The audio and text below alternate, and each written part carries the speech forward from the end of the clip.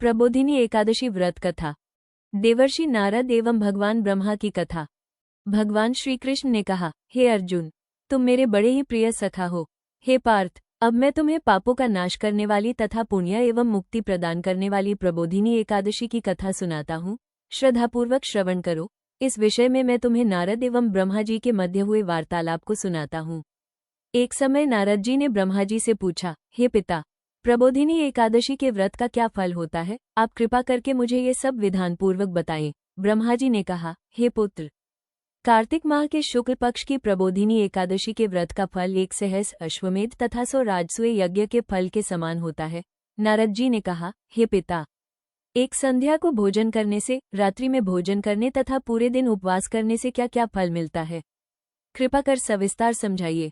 ब्रह्मा जी ने कहा, हे नारद, एक संध्या को भोजन करने से 2 जन्म के तथा पूर्ण दिन उपवास करने से 7 जन्म के सभी पाप नष्ट हो जाते हैं। जिस वस्तु का त्रिलोक में मिलना दुष्कर है, वो वस्तु भी प्रबोधिनी एकादशी के व्रत से सहज ही प्राप्त हो जाती है। प्रबोधिनी एकादशी के व्रत के प्रभाव से बड़े से बड़ा पाप भी क्षण मात्र में ही नष्ट हो जाता है। पूर्व जन्म के किए हुए अनेक पाप कर्मों को प्रबोधिनी एकादशी का व्रत क्षण भर में नष्ट कर देता है। जो मनुष्य अपने स्वभावानुसार प्रबोधिनी एकादशी का विधानपूर्वक व्रत करते हैं, उन्हें पूर्ण फल प्राप्त होता है। हे पुत्र, जो मनुष्य श्रद्धापूर्वक इस दिन किंचित मात्र पुण्य करते हैं, उनका वो पुण्य पर्वत के समान अटल हो जाता है। जो मनुष्य अपने हृदय के अंदर ही ऐसा ध्यान करते हैं कि प्रबोधिनी एकादशी का व्रत करूंगा, उनके 100 जन्म के पाप नष्ट हो जाते हैं। जो मनुष्य प्रबोधिनी एकादशी को रात्रि जागरण करते हैं, उनकी बीती हुई तथा आने वाली 10 पीढ़ियां विष्णु लोक में वास करती हैं तथा नरक में अनेक कष्टों को भोगते हुए उनके पितृ विष्णुलोक में जाकर सुख भोगते हैं। हे नारद, ब्रह्महत्या आदि विकट पाप भी प्रबोधिनी एकादशी के अवसर पर रात्रि में जागरण करने से नष्ट हो जाते हैं। प्रबोधिनी एकादशी को रात्रि में जागरण करने का फल अश्वमेध आदि यज्ञों के फल से भी अधिक होता है। सभी तीर्थों में जाने तथा गौ, स्वर्ण, भूमि आदि के दान का फल प्रबोधिनी के रात्रि के जागरण के फल के समान होता है। हे पुत्र, इस संसार में उसी मनुष्य का जीवन सफल है, जिसने प्रबोधिनी एकादशी के व्रत द्वारा अपने कुल को पवित्र किया है। संसार में जितने भी तीर्थ हैं तथा जितने भी तीर्थों की आशा की जा सकती है, वो प्रबोधिनी एकादशी का व्रत करने वाले के घर में वास करते हैं।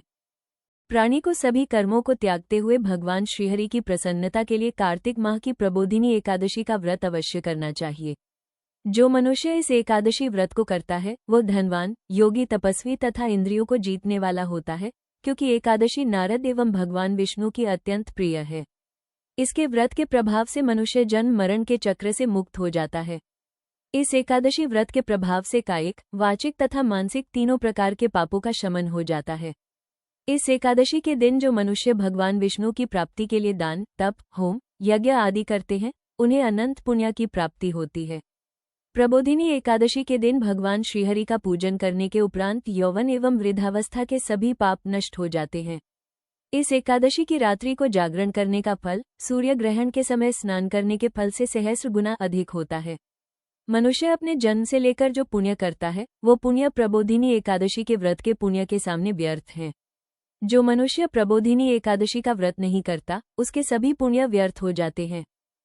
इसीलिए हे पुत्र, तुम्हें भी विधानपूर्वक भगवान विष्णु का पूजन करना चाहिए। जो मनुष्य कार्तिक माह के धर्मपरायण होकर अन्य व्यक्तियों का अन्न नहीं ग्रहण करते, उन्हें चांद्रायन व्रत के फल की प्राप्ति होती है। कार्तिक माह में प्रभु दान आदि से उतने प्रसन्न नहीं होते, जितने की शास्त्रों की कथा सुनने से प्रसन्न होते हैं। कार्तिक माह में जो मनुष्य प्रभु की कथा का थोड़ा बहुत पाठ या श्रवण करते हैं, उन्हें 100 गायों के दान के फल की प्राप्ति होती है। ब्रह्मा जी की बात सुनकर नारद जी बोले, हे पिता, अब आप एकादशी के व्रत का विधान कहिए तथा कैसा व्रत करने से किस पुण्य की प्राप्ति होती है? कृपा कर यह भी समझाइए। नारद की बात सुन ब्रह्मा जी बोले, हे पुत्र, इस एकादशी के दिन मनुष्य को ब्रह्म मुहूर्त में उठ जाना चाहिए तथा स्नानादि से निवृत्त होकर व्रत का संकल्प करना चाहिए। उस समय भगवान विष्णु से प्रार्थना करनी चाहिए कि हे प्रभु, आज मैं निराहार रहूंगा तथा दूसरे दिन भोजन करूंगा, इसीलिए आप मेरी रक्षा करें। इस प्रकार प्रार्थना करके भगवान का पूजन करना चाहिए तथा व्रत प्रारंभ करना चाहिए। उस रात्रि को भगवान के समीप गायन, नृत्य, वादन तथा कथा कीर्तन करते हुए रात्रि व्यतीत करनी चाहिए।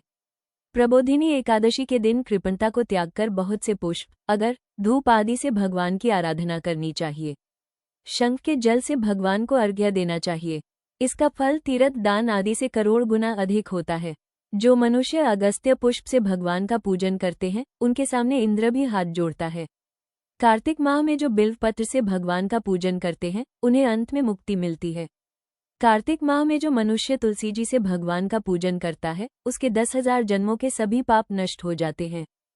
जो मनुष्य इस माह में श्री तुलसी जी के दर्शन, स्पर्श, ध्यान, कीर्तन, रोपण अथवा सेवा करते हैं वे सहस्र कोटि युगों तक भगवान विष्णु के लोक में वास करते हैं। जो मनुष्य तुलसी का पौधा लगाते हैं उनके कुल में जो जन्म लेते हैं वे प्रलय के अंत तक विष्णुलोक में निवास करते हैं। जो मनुष्य भगवान का कदम पुष्प से पूजन करते हैं वो यमराज के कष्टों को नहीं पाते। सभी कामनाओं को पूर्ण करने वाले भगवान विष्णु कदम पुष्प को देखकर अत्यंत प्रसन्न होते हैं। यदि उनका कदम पुष्प से पूजन किया जाए तो इससे उत्तम बात और कोई नहीं है। जो गुलाब के पुष्प से भगवान का पूजन करते हैं उन्हें निश्चित ही मुक्ति प्राप्त होती है।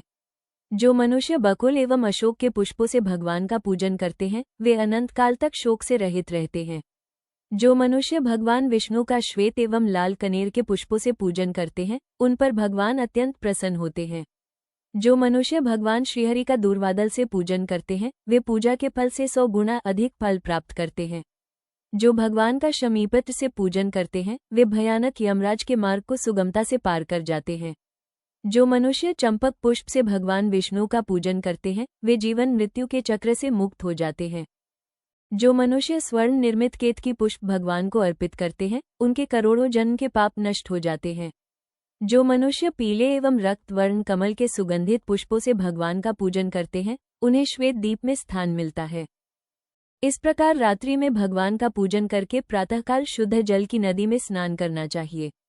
स्नान करने के उपरांत भगवान की स्तुति करते हुए घर आकर भगवान का पूजन करना चाहिए।